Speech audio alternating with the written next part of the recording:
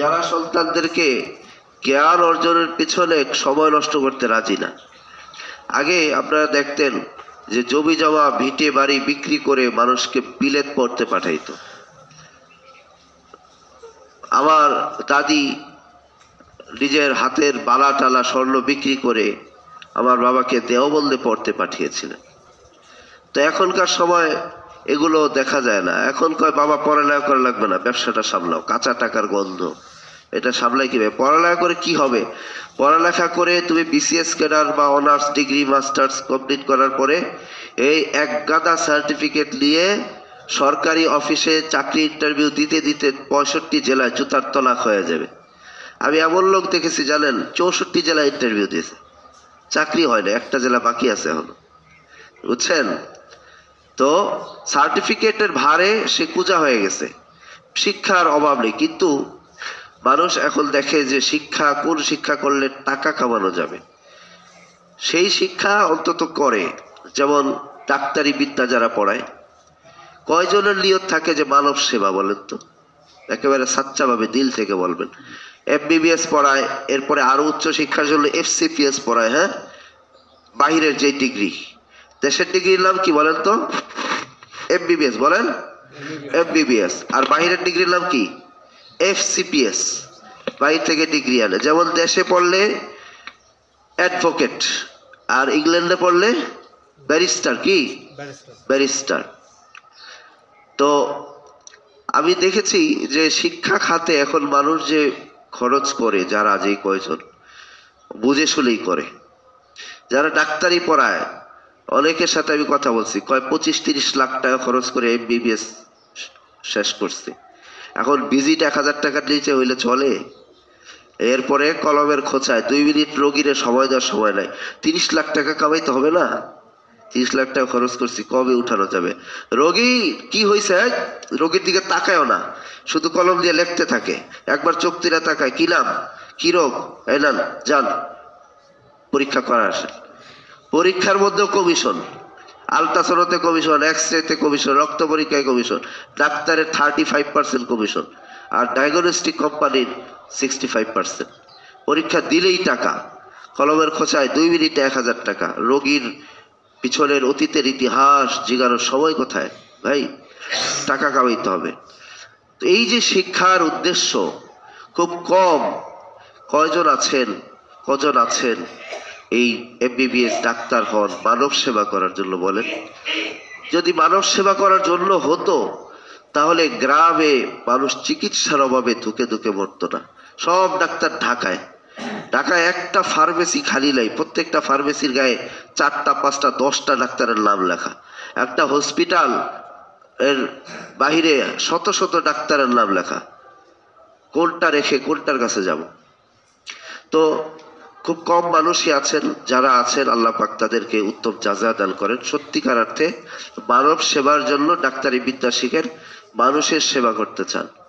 এরপরে দেখেন চিকিৎসা খাত, শিক্ষার আরেকটি সাবজেক্ট রয়েছে যেটাকে আমরা বলি জেনারেল শিক্ষার, যেমন ওকালতি, অ্যাডভোকেট হয়, এলএলবি পাশ করে, কেউ কেউ ডাবল এলএলবি করে। হ্যাঁ, তো এখানেও যারা শিক্ষা করছেন ম্যাক্সিমামের নিয়ত এটাই থাকে যে কিভাবে মক্কেল ধরা যায়। মক্কেল মানে মুরগি ধরা যায়। একটা মক্কেল ধরলে 2 লাখ 3 লাখ। এবার সে 7 খুনের আসামি হোক, যত খুনের আসামি তত তারে ছুটাইলে বেশি টাকা। আছে কি না এরকম সমাজে? বলেন ভাই, আছে। অপরাধী সারা দুনিয়ার মানুষ জানে, মিডিয়ায় ছবি আসছে সে অপরাধী, কিন্তু তার জন্য লড়াই করার জন্য বহু আইনজীবী খাড়া। কিভাবে করে আমি বুঝি না ভাই। আপনি যখন বুঝেন যে এটা রেপ করে আসছে, এটা মানুষের সম্পদ আত্মসাৎ করেছে, এটা খুন করেছে, এটা প্রকাশ্যে মাদক সেবন করেছে, আপনি তার জামিনের জন্য আপনি কিভাবে লড়াই করেন? আপনি বরঞ্চ উল্টা হওয়া উচিত ছিল। আপনি তার বিপক্ষে লড়ে তার অপরাধ প্রমাণিত করে, বিজ্ঞ আদালতের সামনে তার অপরাধ প্রমাণিত করে তার যথাযথ শাস্তি পাওয়ারও আপনার দায়িত্ব ছিল, যেহেতু আপনি আইন বিষয়ে পড়ালেখা করেছেন। কিন্তু আইনজীবীরা কি করছেন? সত্যের পক্ষে লড়লে বেশি টাকা পাওয়া যায় না, কিন্তু যত বড় বড় খুনি আছে, যত বড় বড় নেশাখোর আছে, রাজনীতিবিদ আছে, হ্যাঁ 10টা মার্ডার করে ফেলছে, বাস চাপা দিয়ে একসাথে 7 জনকে মেরে ফেলছে। আর এই ড্রাইভারকে চিন্তা করে যে এই ড্রাইভার তো এখন জানের মায়া, যে কোনো মূল্যে কয় স্যার আমার ফাঁসি ঠেকান, কি লাগবো, কয় স্যার গ্রামের জমি বিক্রি করে আপনারে দেবো। কত দিবা? কয় যাও 20 লাখ দাও, জামিন লিয়া দিতেছে। আছে কিনা এরকম? এই যে শিক্ষার যে উদ্দেশ্য, এটা মানব সেবার উদ্দেশ্য নয়, শুধু টাকা কামানোর জন্য। এরপরে কত রকম এরকম শিক্ষার খাত আছে, হ্যাঁ, মূল উদ্দেশ্য থাকে টাকা কামানো। তো যেই কথা বলতেছিলাম যে আগে মানুষ ভিটে বাড়ি বিক্রি করে পড়ালেখা করাইতো, পুরা গ্রামে একজন ডাক্তার থাকতো, পুরা শহরে বিশাল বড় জেলায় 1-2জন ডাক্তার থাকতেন। তাদের হাতের একটা যশ ছিল, তাদের চিকিৎসায় দূর দূরান্ত থেকে মানুষ ভালো হতো। আর এখন মোড়ে মোড়ে ডাক্তার, কিন্তু রোগ বালা আরো কমছে না বাড়ছে? বলেন কমছে। এই যে একটি হাদিস রয়েছে যে ইল্লামাল আমালু বিল্লিয়াত ওয়া ইল্লামা লিকুল্লি ইমরিইম মা নাওয়া, যে প্রত্যেকটি কাজ নির্ভর করে তোমার নিয়তের উপরে, তোমার আমলগুলো তোমার নিয়তের উপরে নির্ভরশীল। তুমি যদি টাকা কামানোর জন্য শিক্ষা করো, এটা থেকে এই তোমার জ্ঞান থেকে মানুষ কতটুকু ফায়দা পাবে? তোমার পকেট ভারী হবে, দিল দিল তুমি ঢাকা শহরে বাড়ি গাড়ির মালিক হবা। তো এটাই মূলত এটার ব্যাখ্যা, যে সত্যিকারের যে মানব সেবার জন্য যে এলেম জ্ঞান অর্জন করত, সেই জ্ঞান অর্জন করার মানুষের উদ্দেশ্যটা অন্যদিকে ঘুরে যাবে, টাকার মুখী হবে। কি মুখী হবে? টাকামুখী হবে। তো এখন বাস্তবতা এটাই ভাই, বেশিরভাগ মানুষ এই জন্যই।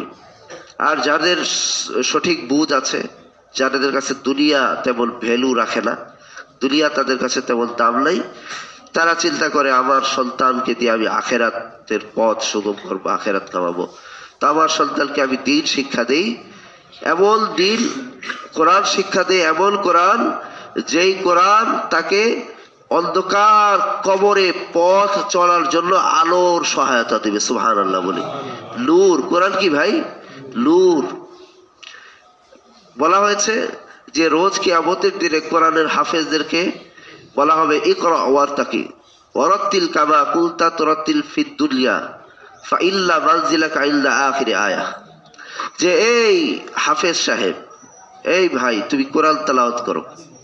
আল্লাহ বলবেন ও আমার বান্দা তুমি তেলাওয়াত করতে থাকো, ইকরা ওয়ারতাকি, তুমি তেলাওয়াত করতে থাকো, শুরু করো সূরা বাকারা থেকে, যেখান থেকে সূরা নাস থেকে তুমি তেলাওয়াত করতে থাকো। দুনিয়ায় যেরকম তেলাওয়াত করতা, তোমার শেষ মানজিল হবে সেখানে, যেখানে তোমার আয়াত শেষ হয়ে যাবে সেখানে তোমার মানজিল হবে। সুবহানাল্লাহ। অর্থাৎ তেলাওয়াত করো আর জান্নাতের উঁচুতে উঠতে থাকো, উঠতে থাকো, হাই লেভেলে উঠতে থাকো। এখন একজন হাফেজ সাহেব শুরু করবে সূরা বাকারা থেকে, শেষ করবে কোথায় বলেন তো?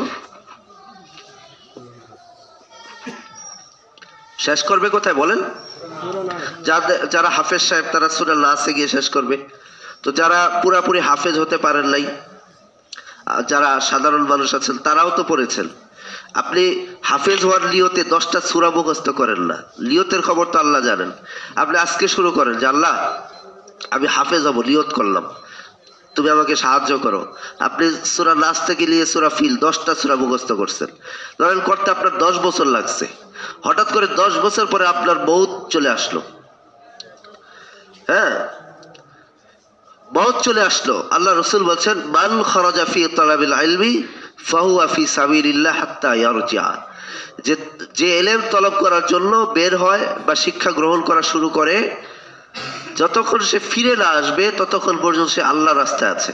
এখন আপনি যে আমাদের সর্বজন শ্রদ্ধেয় মুফতি আব্দুল মালিক সাহেব হুজুর, বাইতুল মোকাররম মসজিদের খতিব, তিনি বলেছেন যে আপনি যে হাফেজ হওয়া শুরু করেছেন, হতে পারে 10টি সূরা মুখস্থ করতে করতে আপনার মউত চলে আসছে, কিন্তু মনে রাখবেন যদি আপনার এই অবস্থায় মউত হয়, আল্লাহর দরবারে ইনশাআল্লাহ, আল্লাহর দরবারে আপনি একজন হাফেজের মর্যাদা নিয়ে উঠবেন। সুবহানাল্লাহ। কেন? কারণ আল্লাহ আপনার নিয়তের খবর রাখছেন। তিনি দেখছেন যে আমার এই বান্দা হিফজ শুরু করছিল, তো হিফজ যেহেতু শুরু করছে, পড়তেছে সে, এখন কে সে আলেম এলেম না? বলেন ছাত্র কিনা? ছাত্র। হতে পারে তার বয়স 60, সমস্যা নেই, ছাত্র তো, ছাত্রের কোনো বয়স আছে? নাই। হতে পারে 70, 60। এখন আবার এই বান্দা সূরা নাস থেকে শুরু করছে, অনেক কষ্ট করে কোনো মতে সূরা কাফিরুন পর্যন্ত আসছে, আর এই অবস্থা বহুত চলে আসছে। ও আমার বান্দা, আমি রব্বে কারিম, আমার কাছে কোনো কিছুর অভাব নাই। তুমি চেষ্টা করতেছো, বান্দা একদিন বলবে আল্লাহর কাছে যে আল্লাহ, আমি কোরআনের হেফজ শুরু করেছিলাম, আমি তালেবে ইলম কোরআনের সবক পড়ছিলাম, এই অবস্থা আমার বহুত হয়েছে, আল্লাহ আপনি আমাকে কোরআনের হাফেজের মর্যাদা দেন। সুবহানাল্লাহ। আল্লাহ ওই কথাটাই বলবেন যেটা আল্লাহ রসুল হাদিসে বলেছেন, যে তুমি পড়তে থাকো, আরে পড়ো পড়ো, পড়বা আর উঠবা। তো সূরা নাস থেকে শুরু করলেন খুব ধীর গতিতে, শুরু করে সূরা ফালাক পর্যন্ত পড়তে পড়তে অনেকটা উপরে উঠে যাবেন না?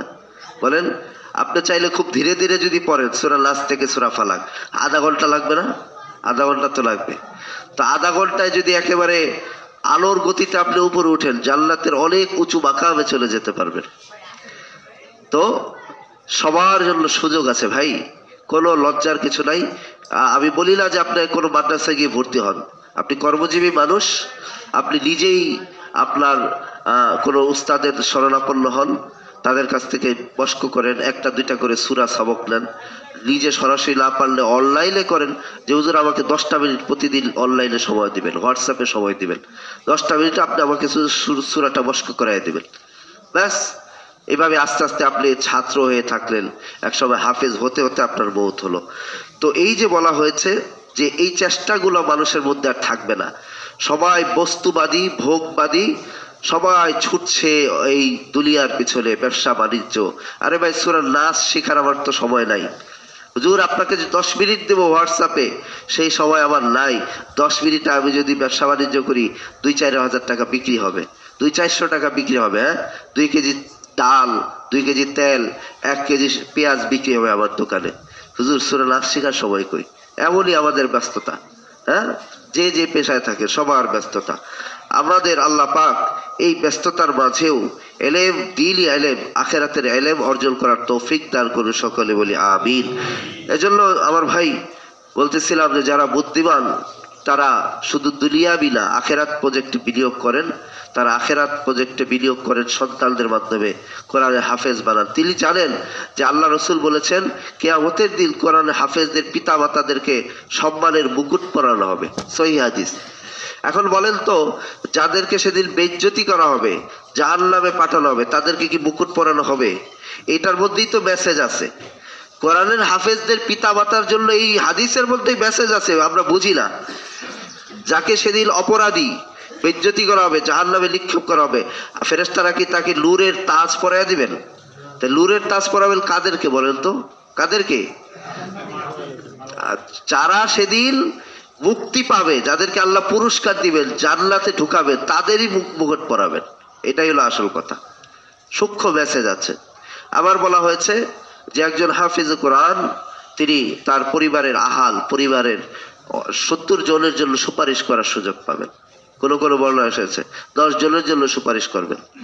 তো ধরেন সুপারিশ মানে কি? আপিল করা, আবেদন করা। আবেদন করা কাদের জন্য? যারা ওই দিন খুব দুরবস্থায় থাকবে, বাই চান্স আমলনামা বাম হাতে পড়ে গেছে। ও আসহাবুশ শিমালি মা আসহাবুশ শিমাল, সূরা ওয়াকিয়া খুলে দেখেন তো। বাই চান্স কোনো কারণে পাকড়াও হয়ে গেছে, আমলনামাটা বাম হাতে পড়ে গেছে, আর বাম হাতে তো দিয়ে দিছে, কিন্তু এখনো তো চূড়ান্ত রায়টা হয় নাই। বাম হাতে আমলনামা দেওয়া মানেই তোমার আজকে বিপদ আছে। একটু পরে ঘোষণা আসবে, তোমার সিরিয়াল আসবে, জায়ান্ট স্ক্রিনে দেখানো হবে তুমি এই পাপ করছো, এই কারণে তোমার এই শাস্তি চাও, জাহান্নামে। তো তখন হাফেজে কোরআন সন্তানেরা সেই পিতা মাতার অবস্থা দেখে তারা আল্লাহর কাছে ফরিয়াদ করবে। ফরিয়াদ করবে বলতে কি, আপিল করবে। হাফেজে কোরআন যেহেতু, তাদেরকে আল্লাহ পাকের খাস মেহেরবানিতে আপিলের সুযোগ দিবেন। তারা বলবে যে আল্লাহ, আমি কষ্ট করে দুনিয়ায় কোরআনের হাফেজ হয়েছি, আমার বাবা মা আমাকে দুনিয়া কামানোর জন্য তৈরি করেন নাই, আমার বাবা মা আমাকে আখেরাতের জন্য কোরআনুল কারীম শিক্ষা গ্রহণ করাইছেন। চাইলে দুনিয়া কামাইতে পারতেন আমাকে দিয়ে, ডাক্তার, ইঞ্জিনিয়ার, বড় কিছু বানাইতে পারতেন। আল্লাহ, আপনার হাবিব বলেছেন যে আজকে আমি সুপারিশ করার সুযোগ পাবো, সেজন্য আমি বলছি আল্লাহ আজকে দয়া করে আমার ওই বাবাকে মাফ করে দেন, সুবহানাল্লাহ, আমার ওই মাকে মাফ করে দেন, আমার ওই চাচাকে মাফ করে দেন, আমার ওই ভাইটা দুরবস্থা আছে, আল্লাহ একটু আজকে তাকে মাফ করে দেন না, ছেড়ে দেন না। ওই যে আমরা দুনিয়ায় ধরা খাইলে রাস্তায় যখন এই পুলিশে ধরে, সার্জেন্ট টার্জেন্ট অনেক সময়, তো এলাকার কিছু মানুষ আছে না, আয়েশা বলে যে ভাই ভাই ছাইরা দেন, ছাইরা দেন। ভাই মাফ করে দেন, এবারের মতো ছাইরা দেন। অনেক সময় তাদের কথা অনুযায়ী ছাইরা দেয়। হ্যাঁ, তো এরকমই সুপারিশ করলে সেদিন ইনশাআল্লাহ হাফেজ কোরআনদের সুপারিশ আল্লাহ পাক গ্রহণ করবেন। এর জন্য বলা হয়েছে যে ভাই, যে এই ওয়ায়ুকবাদুল আইল, অর্থাৎ আল্লাহ রাসূল সাল্লাল্লাহু আলাইহি ওয়াসাল্লাম হাদিসে বলেছেন যে মানুষের মধ্য থেকে ইলম উঠিয়ে নেওয়া হবে। এর অর্থ হচ্ছে এটা যে দ্বীনের ইলম, যেটা যেই জ্ঞান অর্জন করলে আল্লাহকে চেনা যায়, আল্লাহকে মানা যায়। দেখেন আমাদের চারিপাশে অবস্থা দেখেন, সত্যিকার অর্থে আল্লাহকে ভয় করে বা মানে বা আল্লাহর প্রতি অনেক ভয় আছে এরকম মানুষের সংখ্যা কিন্তু খুব কম। কিন্তু আমরা সবাই কিন্তু মুসলমান, আমরা কালিমা পড়ি, আমরা নামাজ পড়ি, কিন্তু হাকিকি মানে যেরকম ভয় করার কথা আল্লাহ পাক যেটার ব্যাপারে কোরআনে বারবার বলেছেন, ইয়া আইয়ুহাল্লাযিনা আমানু তাকুল্লাহ, কি বলেছেন? ইত্তাকুল্লাহ। কি বলেছেন? ইয়া আইয়ুহান নাসু তাকু রাব্বাকুম, হে মানব সকল তোমরা তোমাদের রবকে ভয় করো। ইত্তাকুল্লাহ, আল্লাহ বারবার যেই কথাটি বলেছেন, এই ভয়ের অর্থ কি? আমরা নামাজ পড়ি আবার মিথ্যা কথা বলছি, আমরা নামাজ পড়ি আবার বিড়িও খাই, নামাজ পড়ি আবার জেনাও করি, নামাজ পড়ি ঠিকই, সপ্তাহে জুমার নামাজও পড়ি, আবার প্রেমও করি, আবার গানও শুনি, নামাজ পড়ি আবার সিনেমাও দেখি। তার মানে কি? যে আমাদের যেরকম ভয় করার কথা ছিল ওরকম ভয় তো নাই। তো সমাজের শতকরা 99% মানুষের মধ্যে ভয়টা নাই। এখন বলবেন কেন? এই হাদিসের দিকে তাকান, যে আল্লাহ রাসূল বলেছেন ওয়ায়ুকবাদুল ইলম, ইলম উঠিয়ে নেওয়া হবে, জ্ঞান। এটা কোন ইলম? দুনিয়াবি ইলম? কই, ইঞ্জিনিয়ারিং বিদ্যা তো আরো দিন দিন উৎকর্ষ সাধন হচ্ছে, প্রযুক্তিগত বিদ্যা দিন দিন বাড়ছে না? মানুষ নতুন নতুন নিত্য নতুন জিনিস আবিষ্কার করছে, রুটি বানানোর মেশিন চলে আসছে, আস্তা গরু ঢুকায় দিলে সেটা একেবারে চামড়া ছিলে টুকরা টুকরা পিস হয়ে বের হচ্ছে, হচ্ছে কিনা? কোরিয়ায় গিয়ে দেখেন, জাপানে গিয়ে দেখেন। তো এলেম তো আমরা তো দেখতেছি, আরে হাদিসে আসছে যে এলেম উঠায় নেওয়া হবে, আর জ্ঞান তো দেখি মানুষ চূড়ান্ত সীমায় আছে। মানুষ এখন চাঁদে চলে যায়, মঙ্গল গ্রহে নাকি জমির প্লট বিক্রি হচ্ছে।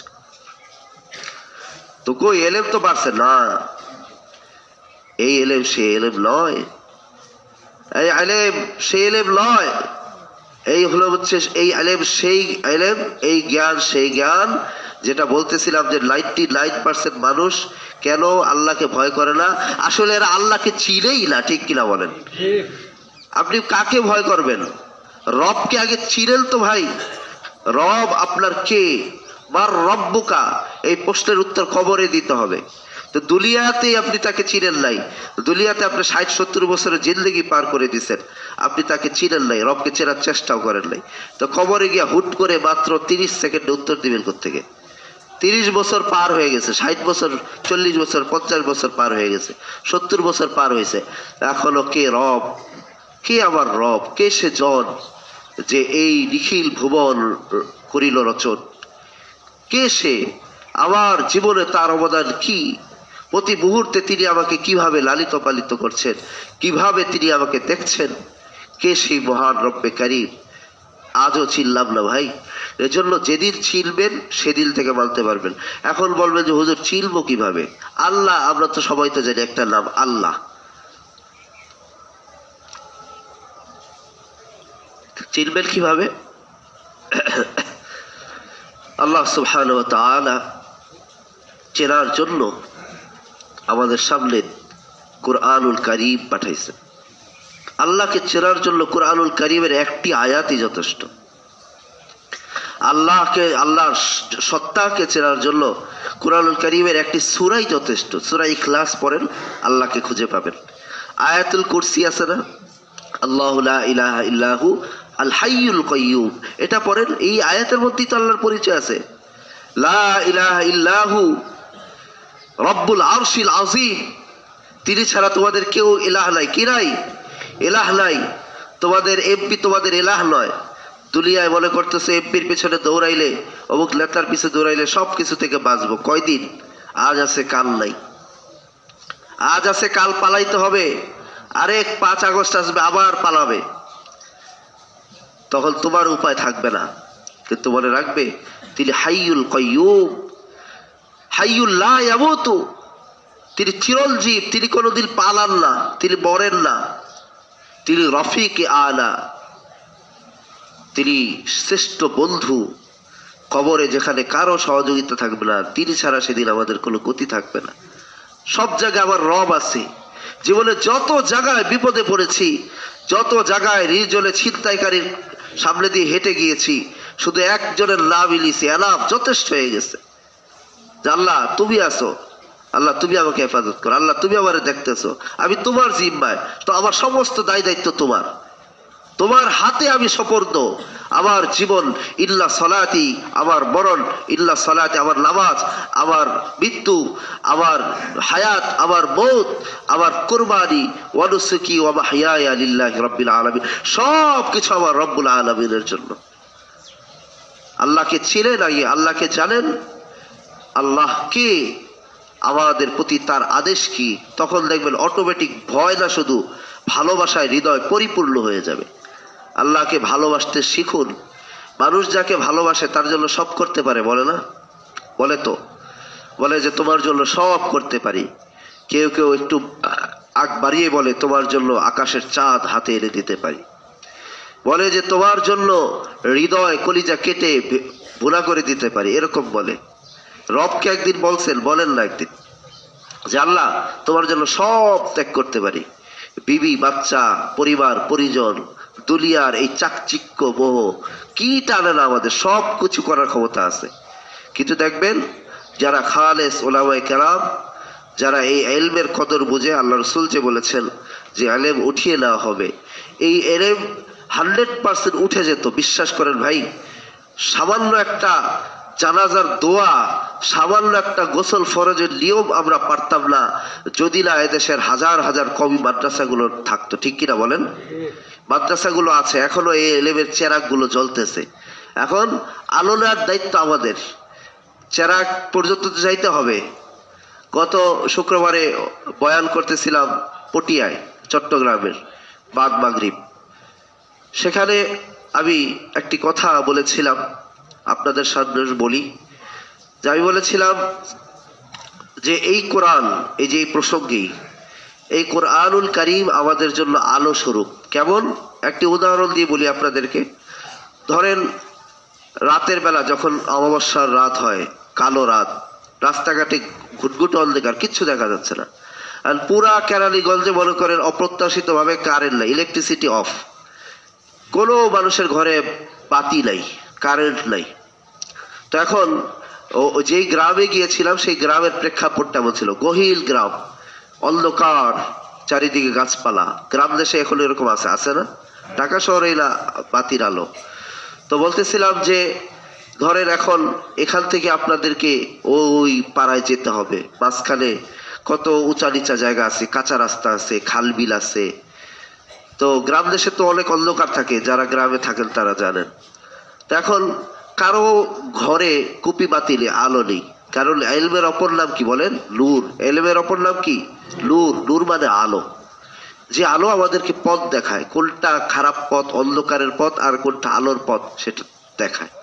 তো বললাম যে দেখেন, ধরেন আপনারা জানতে পারলেন যে এই মসজিদের ইমাম সাহেবের কাছে আলো আছে, নূর আছে, আর কারো কাছে না। এখন আপনারা কি করবেন?